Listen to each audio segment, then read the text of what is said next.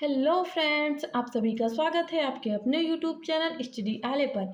आज हम NMS exam 2025-26 history की 35 एमसीक्यू करवाने वाले हैं और ये है प्रैक्टिस सेट 3 और प्रैक्टिस सेट 2 कंप्लीट हो चुकी है। आप लोग हिस्ट्री की प्रैक्टिस सेट देख लीजिएगा और साइंस की 15 प्रैक्टिस सेट हुई हैं और 15 प्रैक्टिस सेट आपको देखना है क्योंकि एग्ज़ाम में साइंस के 35 क्वेश्चन आते हैं। चलिए देखते हैं इस प्रैक्टिस सेट का पहला प्रश्न हो जाएगा कि समुद्रगुप्त का दरबारी कवि था। समुद्रगुप्त का दरबारी कवि कौन था और समुद्रगुप्त किस वंश से संबंधित है? तो गुप्त वंश से। किस वंश से? तो गुप्त वंश से। चलिए ऑप्शन देखते हैं। Option A Nagarjuna, option B Bhasa, option C Virasena, option D Harisena. तो कमेंट में आंसर करिए। राइट आंसर क्या हो जाएगा? हरिसेन हो जाएगा। राइट आंसर हरिसेन हो जाएगा। नेक्स्ट देखेंगे प्रश्न नंबर 2 कि महरौली का लौह स्तंभ किस शासक से संबंधित है? Option A Ashoka, option B Srigupta, option C Chandragupta द्वितीय, ऑप्शन डी हर्ष। तो राइट आंसर क्या हो जाएगा दूसरे का राइट आंसर हो जाएगा सी चंद्रगुप्त द्वितीय राइट आंसर है। नेक्स्ट प्रश्न देखेंगे। नेक्स्ट प्रश्न क्या हो जाएगा? प्रश्न नंबर 3 है कि चीनी यात्री फायान किसके शासनकाल में भारत आया? Option A Kanishka, option B Chandragupta Maurya, option C Chandragupta Vikramaditya, option D Samudragupta. तो राइट आंसर क्या हो जाएगा? सी हो जाएगा। Option C Chandragupta Vikramaditya. चाहे चंद्रगुप्त विक्रमादित्य बोलो या चंद्रगुप्त द्वितीय भी बोल सकते हो, चंद्रगुप्त द्वितीय भी आप लोग कह सकते हो। दोनों लोगों का एक ही नाम है। विक्रमादित्य इनकी उपाधि हो जाती है। ठीक है, तो यहाँ से कंफ्यूज नहीं होना। चलिए देखते हैं प्रश्न नंबर 4। प्रश्न नंबर 4 है कि चरक कौन था? चरक कौन था? चलिए कमेंट में आंसर करिए। चरक कौन था?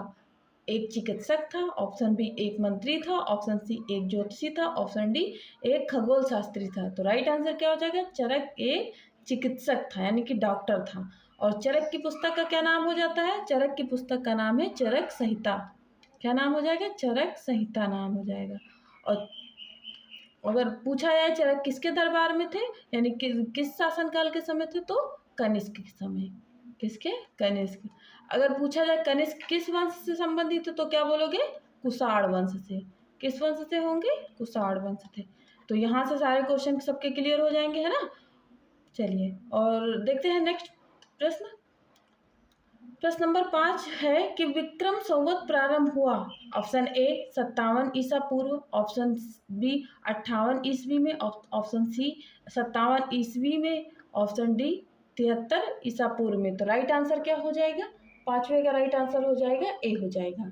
क्या हो जाएगा? ए। देखिए सी ए में भी 57 है और सी में भी क्या है? 57 है। लेकिन जो विक्रम संवत स्टार्ट हुआ तो वो पूर्व में शुरुआत हुआ था। किसमें?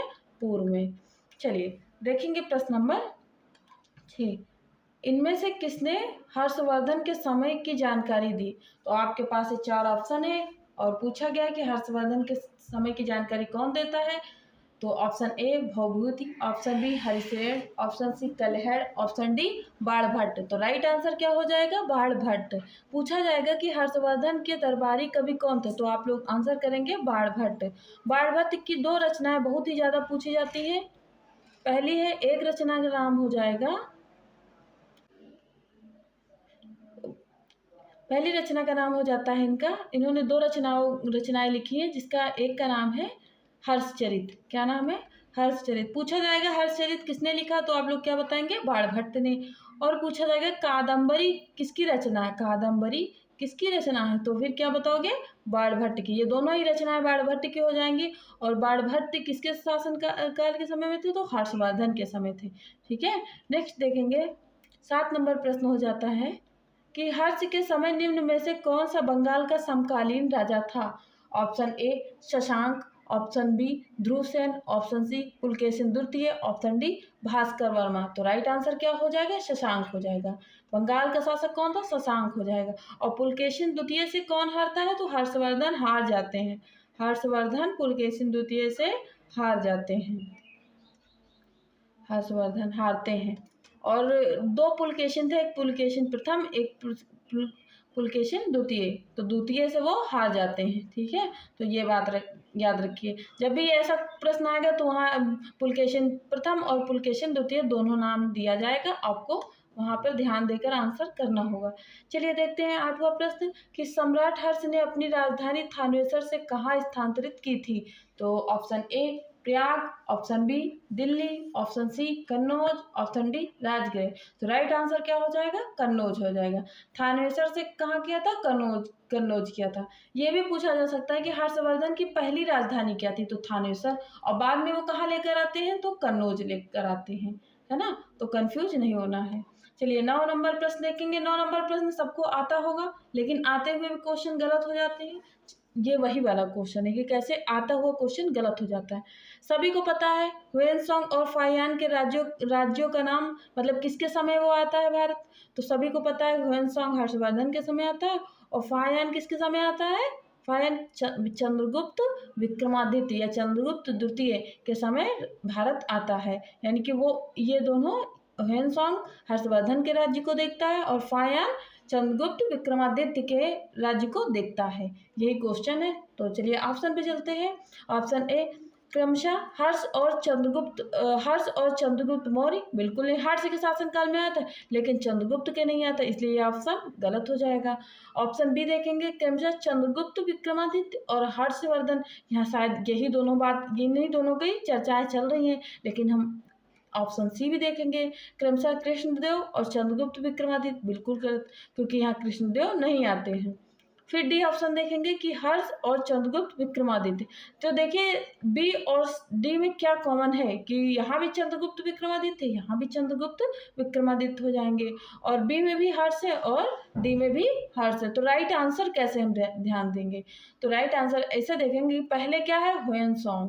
तो ह्वेनसोंग किसके समय आता है, हर्ष के समय, है ना। तो पहले क्या होना चाहिए, हर्ष का नाम होना चाहिए, हर्षवर्धन का नाम पहले होना चाहिए।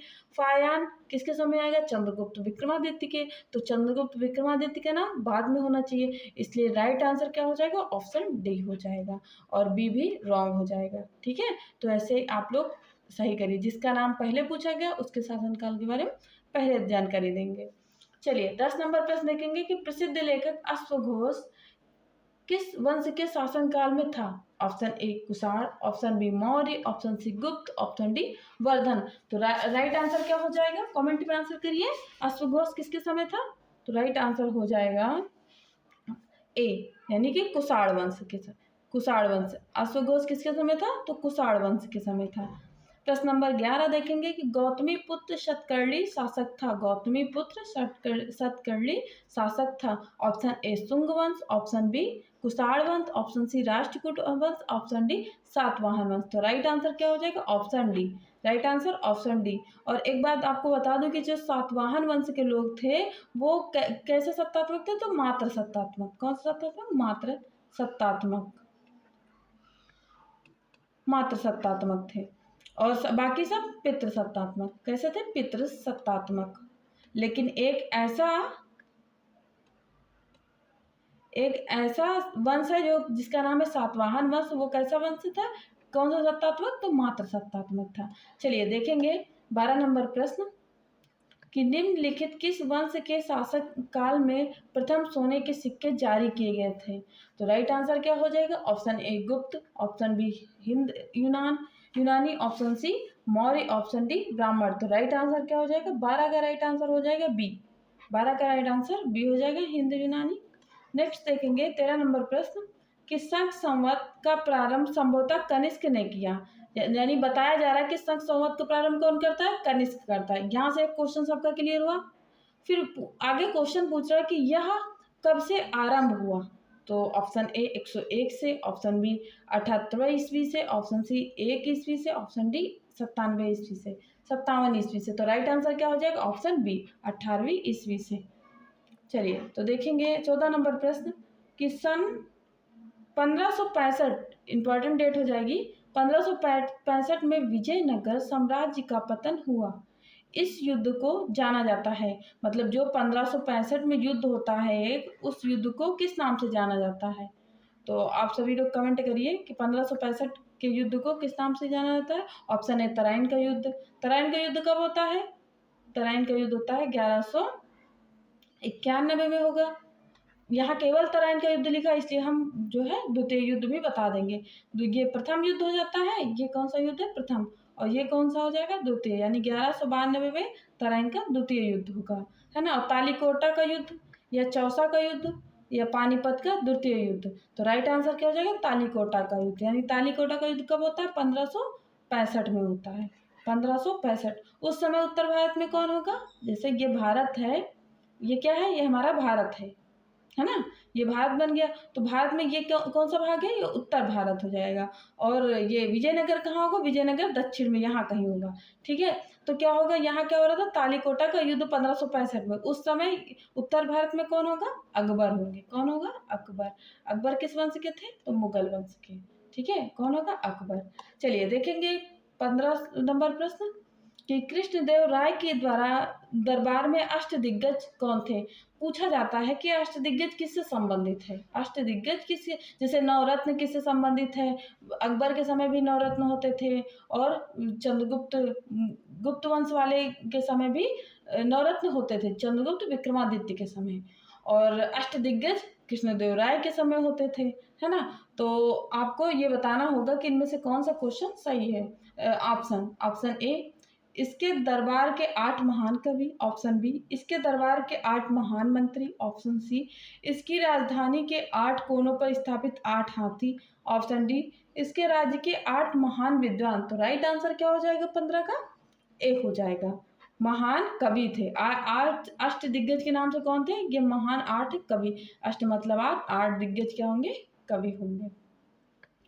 चलिए 16 नंबर प्रश्न देखेंगे कि विजयनगर राज्य की स्थापना किसने की थी। ऑप्शन ए तुलु वंश, ऑप्शन बी संगम वंश, ऑप्शन सी सलू वंश, ऑप्शन डी देवराय वंश। तो राइट आंसर क्या हो जाएगा, 16 का राइट आंसर क्या हो जाएगा, कमेंट में आंसर करिए, बी हो जाएगा। क्या हो जाएगा, ऑप्शन बी हो जाएगा।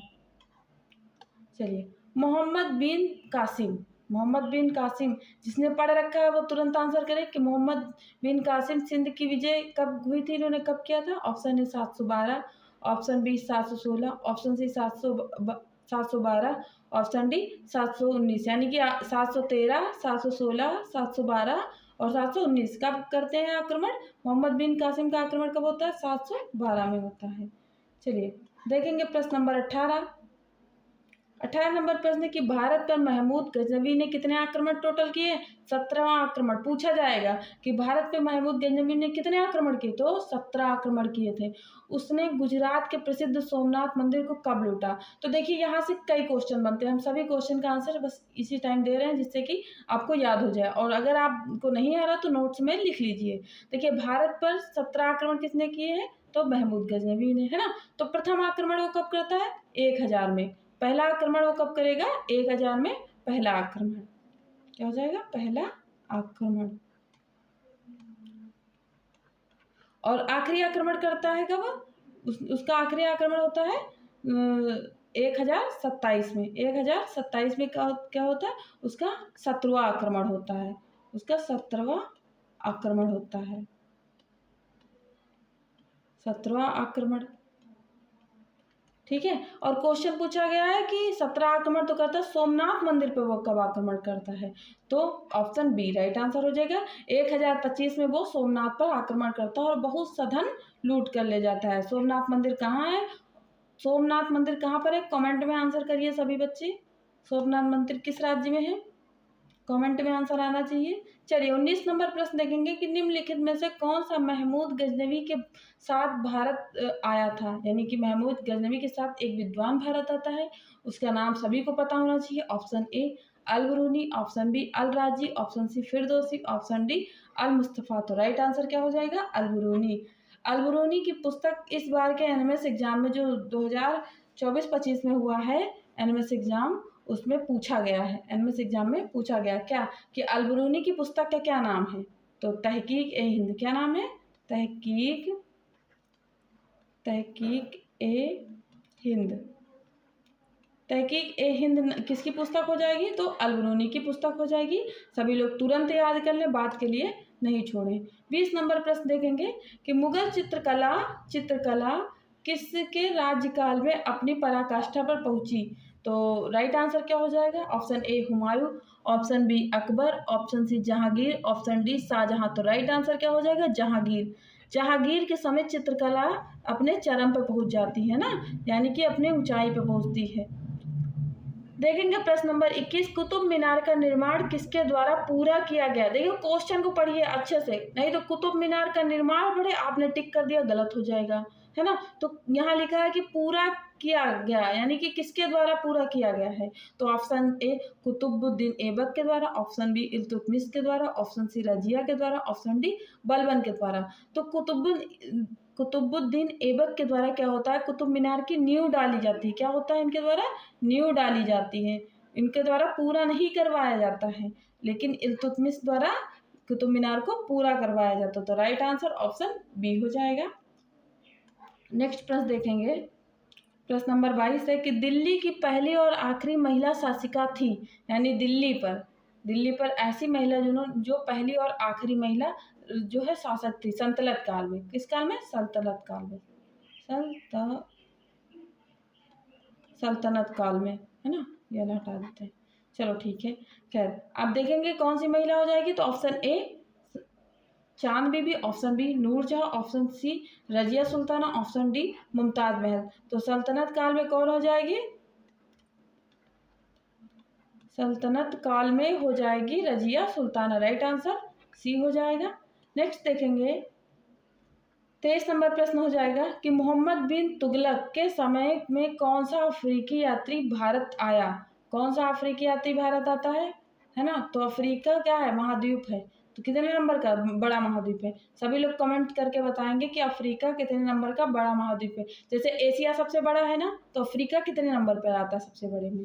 चलिए ऑप्शन देखेंगे, Niccolo Conti, option B Fernao Nuniz, option C Ibn Battuta, option D Firishta. तो राइट आंसर क्या हो जाएगा, ऑप्शन सी हो जाएगा इब्न बतूता, जो कि अफ्रीका के कौन से देश से आता है, मोरक्को से।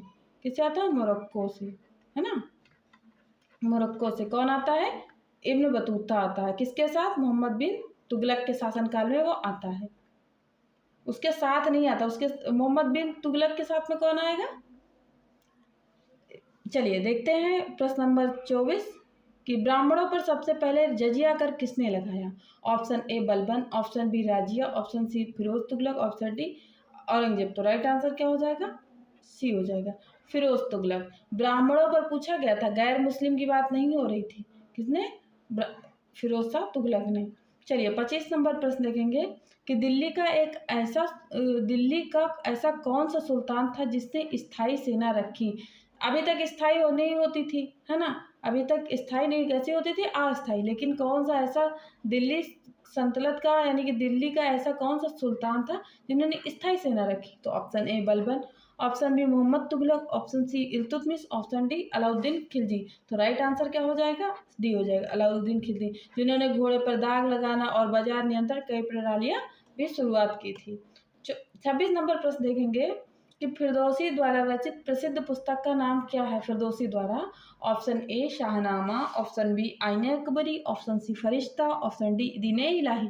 तो राइट आंसर क्या हो जाएगा, Shahnameh.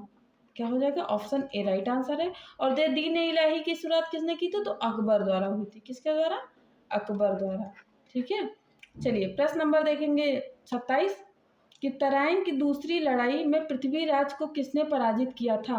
Option A Mahmud Ghaznavi, option B Qutubuddin Aibak, option C Mohammad Ghori, option D Alauddin Khilji. तो तराइन का कौन सा युद्ध है, द्वितीय युद्ध है। तो जैसा कि मैंने बताया तराइन का प्रथम युद्ध कब होता है, 1191 में, और दूसरा युद्ध 1192 में। और पहले युद्ध में कौन, मोहम्मद गौरी हारता है, पहले युद्ध में मोहम्मद गौरी हारता है, दूसरे युद्ध में क्या होता है, वो जीत जाता है। तो देखेंगे कौन जीतता है, पृथ्वीराज को किसने पराजित किया, यानी कि मोहम्मद गौरी करेगा। तो राइट आंसर क्या हो जाएगा, सी हो जाएगा।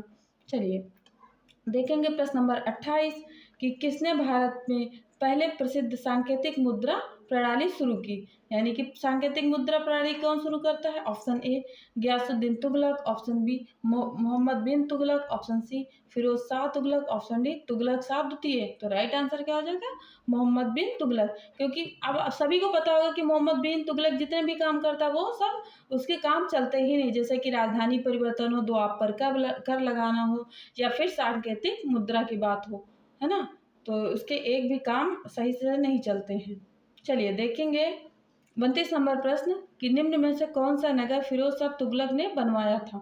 Option A Firozpur, option B Firozabad, option C Fatehabad. तो राइट आंसर क्या हो जाएगा? डी हो जाएगा, क्योंकि ये तीनों ही इस फिरोज शाह तुगलक ने बसाया था, शहर को बसाया था। ठीक है, नेक्स्ट देखेंगे, इब्राहिम लोधी व बाबर के मध्य पानीपत का प्रथम युद्ध हुआ था। अब यहाँ पानीपत के प्रथम युद्ध की बात आ रही है। पानीपत के 3 युद्ध होंगे, जिनमें से आज आप लोग प्रथम युद्ध पढ़ रहे हैं, और हम तीनों युद्ध करवाएंगे, क्योंकि टोटल हम हिस्ट्री की 10 प्रैक्टिस सेट करवाएंगे, जहाँ पर पूरी हिस्ट्री कंप्लीट करेंगे, प्राचीन, मध्य और आधुनिक। ठीक है, तो ऑप्शन ए सन 1526 ईस्वी में, सन 1556 ईस्वी में, सन 1527 ईस्वी में, सन सन क्या है 1526 ईस्वी में। तो यहाँ प्रथम की बात होती है, तो प्रथम क्या होता है 1526, और 1556 में कौन सा होता है? द्वितीय होता है। कौन सा होता है? द्वितीय। यहाँ भी 1556 है, तो यहाँ भी क्या होगा? द्वितीय युद्ध होगा, है ना। तो राइट आंसर क्या हो जाएगा? ऑप्शन ए हो जाएगा। और किनके मध्य होता है? तो इब्राहिम लोधी व बाबर के मध्य होता है। 31 नंबर प्रश्न देखेंगे कि बाबर ने खानवा का युद्ध में विजय के पश्चात कौन सी उपाधि धारण की? ऑप्शन ए मिर्जा, ऑप्शन बी बादशाह, ऑप्शन सी कलंदर, ऑप्शन डी गाजी। तो राइट आंसर क्या हो जाएगा? ऑप्शन डी, गाजी की उपाधि धारण करता है। देखेंगे 32 नंबर प्रश्न कि किस मुगल बादशाह की मृत्यु सीढ़ियों से गिरने के कारण हुई? तो option A Babur, option B Aurangzeb, option C Humayun, option D Jahangir. तो राइट आंसर क्या हो जाएगा? सी हो जाएगा, हुमायूं हो जाएगा, जो कि सीढ़ियों से ढनकते ढनकते गिर जाता है, लाइब्रेरी की सीढ़ियों से, पुस्तकालय की सीढ़ियों से, यानी कि। 33 नंबर प्रश्न देखेंगे कि निम्न में से किसका निर्माण अकबर ने करवाया था? ऑप्शन ए बुलंद दरवाजा, option B Jama Masjid, option C Qutub Minar, option D Taj Mahal. तो सभी लोग कमेंट करेंगे कि ताजमहल कौन बनवाता है। राइट आंसर हो जाएगा बुलंद दरवाजा। राइट आंसर क्या हो जाएगा? ऑप्शन ए, यानी कि राइट आंसर बुलंद दरवाजा हो जाएगा। 34 नंबर प्रश्न देखेंगे कि मुगल शासकों का सही कालक्रम क्या है, यानी कालानुक्रम क्या हो जाएगा? आपको बताना होगा कि कौन पहले आया, उसके बाद कौन आया, कि इसी का क्रम पूछा गया है। तो ऑप्शन ए बाबर के बाद हुमायूं, हुमायूं के बाद अकबर, अकबर के बाद शाहजहां, शाहजहां के बाद जहांगीर। बिल्कुल गलत है ये, क्योंकि जहांगीर तो पहले आता है ना, जहांगीर का लड़का ही शाहजहां होता है, तो इसलिए ये गलत है। फिर नेक्स्ट देखेंगे, पहले बाबर आएगा, फिर हुमायूं आएगा, फिर कौन आता है? अकबर आएगा, फिर जहांगीर आएगा। तो ये सही हो जाती है, ये क्या है? ये सही है। फिर नेक्स्ट है बाबर के बाद अकबर, बाबर के बाद अकबर नहीं आएगा, बाबर के बाद कौन आएगा? हुमायूं आएगा। बाबर के बाद हुमायूं, हुमायूं के बाद शाहजहां नहीं, हुमायूं के बाद कौन आएगा? अकबर आएगा। तो ये भी गलत है। तो राइट आंसर आपको मिल गया होगा, option B is the right answer. Next देखेंगे 35 नंबर प्रश्न, जो कि ग्रीन बोर्ड पे है, और जो है हमने 34 प्रश्न करवा दिए हैं। ठीक है, और ये 35 प्रश्न का आंसर सभी लोग कमेंट्स में देंगे। 35 नंबर प्रश्न है कि किस राजपूत राजा ने अकबर के सामने आत्मसमर्पण नहीं किया? Option A Amar Singh, option B Rana Sanga, option C Shivaji, option D Rana Pratap. तो राइट आंसर आप लोग कमेंट्स में दीजिएगा, और बताइएगा कि वीडियो कैसी लगी है। वीडियो को लाइक करिए, चैनल को सब्सक्राइब करना ना भूलिए, और कमेंट्स में आंसर ज़रूर दीजिएगा, अपने फ्रेंड में शेयर करिए। Thanks for watching, thank you.